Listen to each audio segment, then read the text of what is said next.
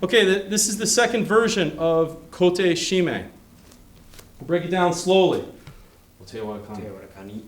Begin from Katayaburi no Kamae. My training partner comes forward and secures my lapel. At the moment that he secures my lapel, I shift to the side. The right side comes over and hooks to the top. My left comes forward, and I lock the arm straight down. Be very aware that you don't put your right hand into a pressure where it hurts your arm. The pressure should be on his. So, in other words, don't let your wrist be like this when you're holding the weapon. Your wrist should be in this manner. So here, then drop straight down to this position. No different than the previous, for the exception of the initial movement. So again, 1, 2, 3.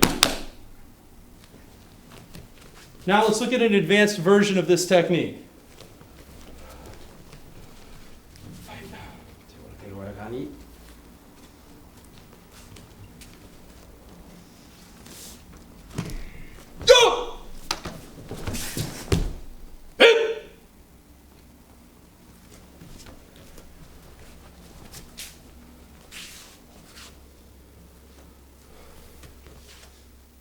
Arigatou gozaimashita.